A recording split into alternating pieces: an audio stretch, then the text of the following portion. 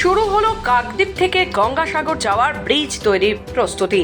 এলেন বিভিন্ন প্রতিনিধি দল। 1459 কোটি 62 লক্ষ টাকা ব্যয়ে 4757 মিটার লম্বা এই ব্রিজ থাকছে 4টি লেন এবং ফুটপাথ।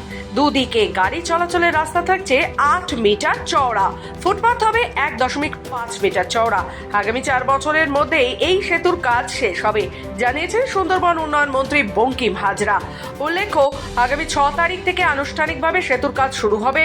সংস্থার আধিকারিকেরা আজ সকাল থেকে কাকদ্বীপ এবং কচুবেড়িয়া এলাকায় ব্রিজের প্রস্তুতির সমস্ত জিনিস খুঁটিনাটি খতিয়ে দেখেছেন। এতদিন পরেই খুশি এলাকার মানুষ। গঙ্গাসাগর থেকে কাকদ্বীপ বা কাকদ্বীপ থেকে গঙ্গাসাগর যেতে প্রায় 1 থেকে 1.5 ঘন্টা নদীর পথের ভেসেলে অপেক্ষা করতে হতো, তাও জল থাকলে। জল না থাকলে ঘন্টার পর ঘন্টা পারাপার বন্ধ। যাত্রী থেকে তীর্থযাত্রীরা পড়তো মহা সমস্যায়। সেই সমস্যার কথা চিন্তা করে মুখ্যমন্ত্রী মমতা বন্দ্যোপাধ্যায় কোটি কোটি টাকা ব্যয়ে সেতু করার কথা ঘোষণা করলেন।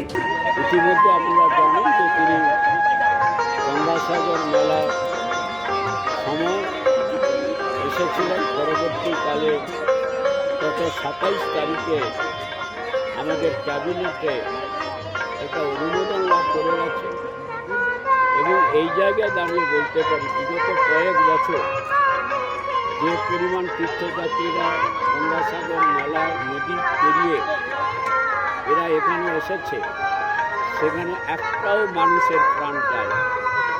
খয়রাত কুম্ভ মেলাতে সরকারের এত ব্যবস্থা থাকা সত্ত্বেও সেখানে আজকে মৃত্যুর মিছিল হচ্ছে।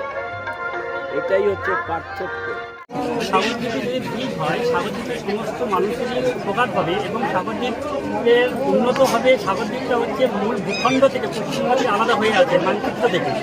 যদি ওটা হয়, আমাদের বিশেষ করে ছেলেদের পড়াশোনা, যারা নার্সিং ট্রেনিং নিচ্ছে তারা সময় মতো যাতায়াত করতে পারবে, যারা শিক্ষকরা আছে সময় মতো যাতায়াত করতে পারবে, অসুস্থ পেশেন্ট যারা আছে তারা সময় মতো যাতায়াত করতে পারবে। তারপর হচ্ছে এটা যদি হয়ে যায় সাগরদ্বীপ মানুষের সবারই উপকার হবে। তার থেকে সবথেকে আমরা বিশেষ করে ধন্যবাদ জানাতে পারবো এই রাজ্যের মাননীয় মুখ্যমন্ত্রী মমতা বন্দ্যোপাধ্যায়কে। তার অক্লান্ত পরিশ্রমের জন্য আমরা দীর্ঘ কয়েক বছর দেখতে এখানটায় মানুষের পরিবহন ব্যবস্থা খুবই খারাপ।